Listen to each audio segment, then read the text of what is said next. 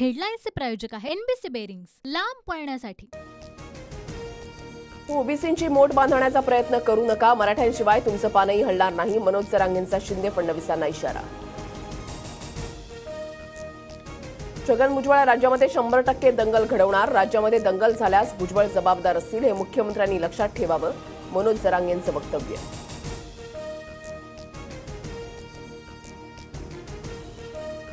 अब जंग लगी तलवार पर धार लगानी होगी, कुछ लोग अपनी औकात भूल गए हैं, छगन भुजबळांचं घणाघाती भाषण।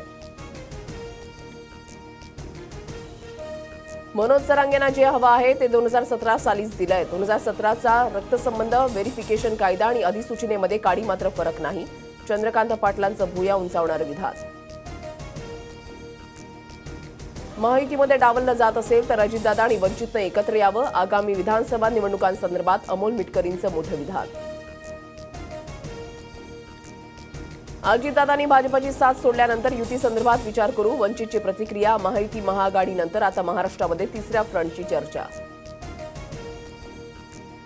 जागा वाटपासंदर्भात अद्याप कोणतीही बैठक नाही, सोमवारच्या महाविकास आघाडीच्या बैठकीमध्ये पुढील दिशा ठरणार, शरद पवारांची माहिती।